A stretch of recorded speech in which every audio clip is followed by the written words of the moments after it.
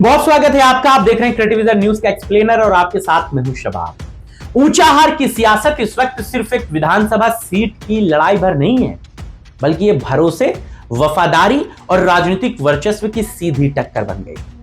Samajwadi party ने जब विधायक मनोज पांडे के सामने पूर्व मंत्री बाबू सिंह कुशवाहा को मैदान में उतारा चुनाव मैनेजमेंट के लिए, 27 की लड़ाई से पहले बाबू सिंह कुशवाहा को ऊंचाहार भेजा जाना बहुत सारे राजनीतिक समीकरणों को बता रहा है। बाबू सिंह कुशवाहा ऊंचाहार क्यों लगाए गए हैं, क्या वजह है, क्यों अखिलेश यादव मनोज पांडे से इतना खुन्नस खाए? आज की कहानी यही तो बताती है। यह अखिलेश यादव का एक बहुत बड़ा फैसला है और आप बहुत ताज्जुब मत कीजिएगा अगर बाबू सिंह कुशवाहा मनोज पांडे के सामने विधानसभा का चुनाव लड़ जाएं। जी, इस बात में भी ताज्जुब मत कीजिएगा।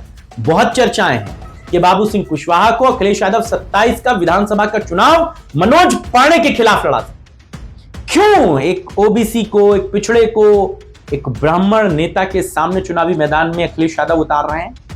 इसका राजनीतिक जवाब है।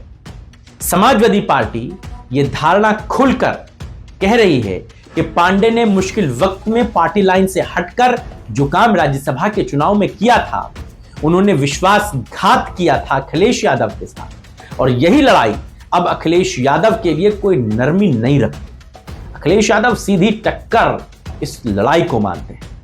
अखिलेश यादव के लिए यह सीट अब प्रतिष्ठा का सवाल बन गई। उन्होंने संदेश साफ दे दिया है, जो नेतृत्व के साथ खड़ा रहा वही आगे बढ़ेगा। जिसने अलग रास्ता चुना उसे राजनीतिक मैदान में चुनौती झेलनी है। बाबू सिंह कुशवाहा अगर इस सीट पर चुनावी मैदान में उतरते हैं तो समाजवादी पार्टी संगठनात्मक तौर पर यह साबित करेगी कि संगठन व्यक्तिगत महत्वाकांक्षाओं से बड़ा है। ऊंचाहार का जो जातीय समीकरण है वो इस लड़ाई को और दिलचस्प बनाता है। यहां पर तो ब्राह्मण मतदाता महज 12 से 15% ही हैं। वो तो समाजवादी पार्टी का बैनर था जो मनोज पांडे चुनाव जीतते थे। कुर्मी यहां पर 10 से 13%, पिछड़ा वर्ग 18 से 22%, दलित 20% है और मुस्लिम मतदाता करीबन 8 से 10%। मनोज पांडे की राजनीति परंपरागत रूप से ब्राह्मण समर्थन और व्यक्तिगत प्रभाव पर टिकी रही है, लेकिन सपा अब इस गणित को तोड़ने के मिशन में है। बाबू सिंह कुशवाहा के जरिए गैर Yadav OBC vote bank Kushwaha, Maurya, Shah के निषाद को एकजुट करने की रणनीति बनाई गई। अगर इसके साथ दलित और मुसलमान मतदाता समाजवादी पार्टी के साथ आ जाता है तो यह समीकरण मनोज पांडे के लिए पूरी तरह खतरे की घंटी। अब इसमें एक और बड़ा फैक्टर जोड़ लेते हैं, रायबरेली लोकसभा सीट। ऊंचाहार इसी लोकसभा क्षेत्र के अंतर्गत आता है और इस बार रायबरेली से कांग्रेस के सांसद राहुल गांधी हैं। पिछली बार तो भाजपा से स्मृति ईरानी थी, तब के राजनीतिक समीकरण कुछ और थे। मनोज पांडे तब भाजपा चले गए होते तो फिर भी सोचा जा सकता था, लेकिन अब तो स्थानीय स्तर पर भाजपा का नैरेटिव कोई प्रभाव नहीं छोड़ेगा। इस बार की स्थिति पूरी तरह से बदल चुकी है। राहुल गांधी सक्रिय हैं, कांग्रेस की मौजूदगी ने सियासी तापमान को बढ़ा दिया है।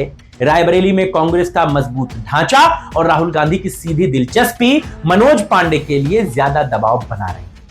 अगर सपा और कांग्रेस के बीच तालमेल मजबूत रहता है तो ब्राह्मण वोट का ध्रुवीकरण भी उतना आसान नहीं रहेगा जितना पहले हुआ करता था। इसका सीधा असर ऊंचाहार के चुनावी समीकरणों पर पड़ेगा।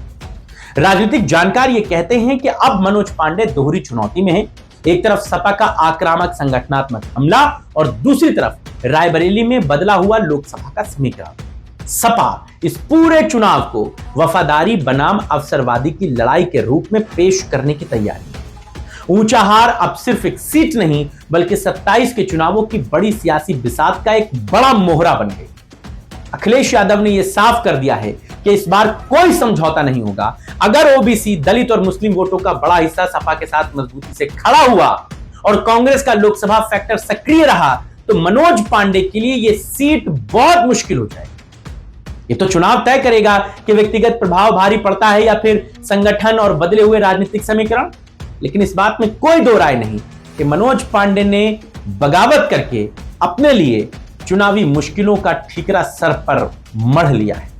बीजेपी में भी उनके लिए कमोबेश बहुत बेहतर जगहें नहीं बची।